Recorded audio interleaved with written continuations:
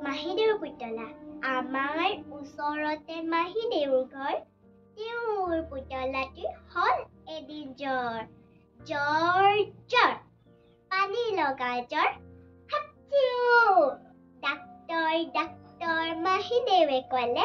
doctor আনিবলৈ দাদাই লৰ দিলে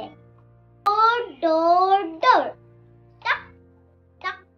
টক দুৱাৰত ডাক্তৰে কৰে টক টক পুতলাই ভয় খায় কপে ঠক ঠক ভয়